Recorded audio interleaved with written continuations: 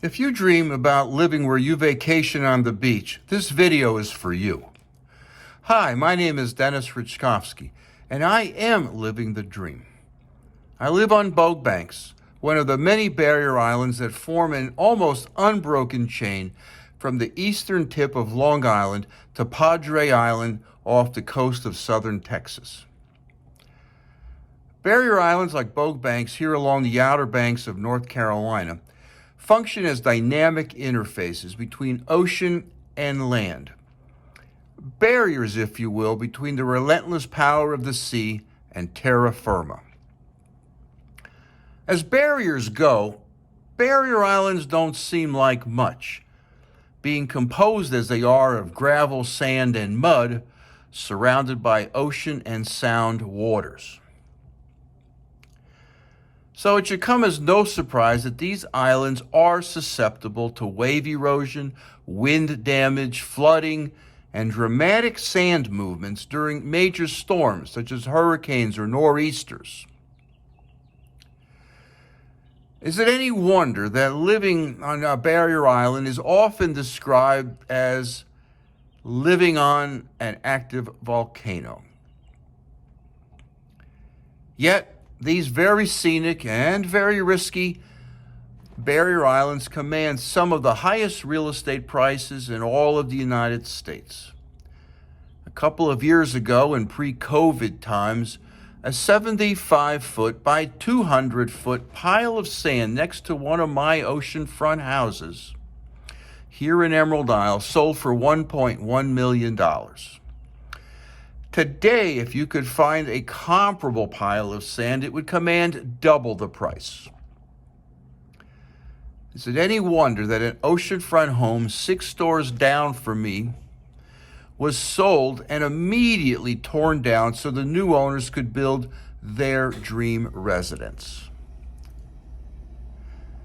The key to living on a barrier island, like I have for over 25 years, is all about mitigating risks. Indeed, property damage risks vary greatly among the many barrier islands, even between different segments of the same island, and sometimes even between the front and back of an island. As a resident and as a real estate agent, my goal is to educate you on recognizing these risks. And in this video, I concentrate on the main property damage risk: rising sea levels. Scientific evidence documents a recent abnormal and dramatic surge in sea levels on the barrier islands in the Gulf and the southern coastline of the Atlantic, making it an already vulnerable landscape that is home to millions of people even more vulnerable. How much more vulnerable? Stay tuned. Federal tide gauges show that the sea level around Grand Isle off the coast of Louisiana is 8 inches higher than it was in 2006, just after Hurricane Katrina. The rate of sea level rise along the Gulf Coast and around Florida has been rising nearly 5 inches since 2010, about double the global average rate.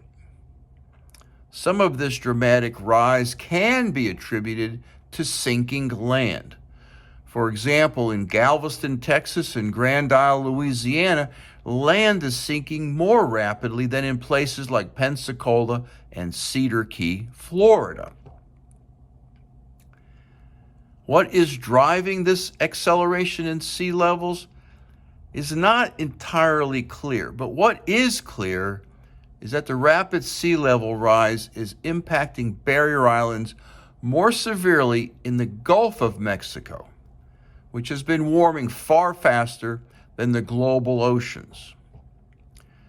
Warm water naturally expands, causing sea levels to rise.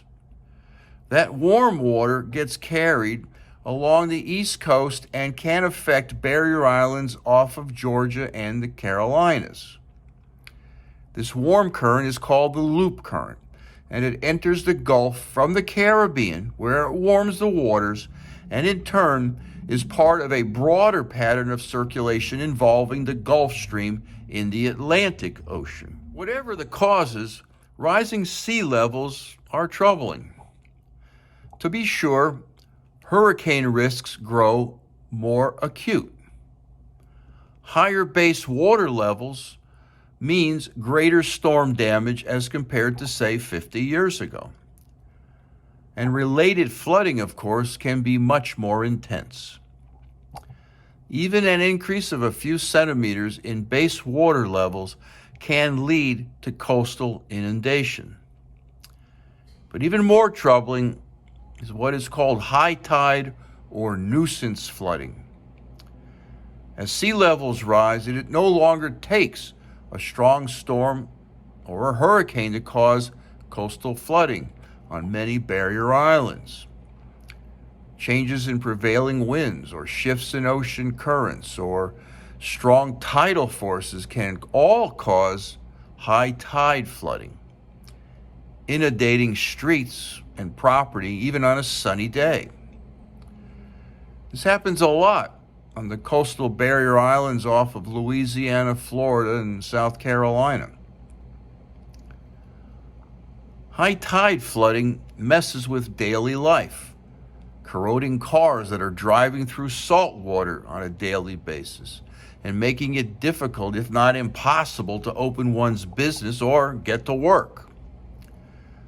As nuisance flooding increases, barrier island and coastal properties could lose value, a shift that could be detrimental to homeowners and erode local tax bases as well. Given that these rising sea level rates are not going to turn around immediately, what is a homeowner or home buyer of barrier island property to do? Well, you can do the research as I did and identify home sites on certain barrier islands that I would feel comfortable recommending to my children and their children. This is how I ended up buying property in Emerald Isle on Bogue Banks.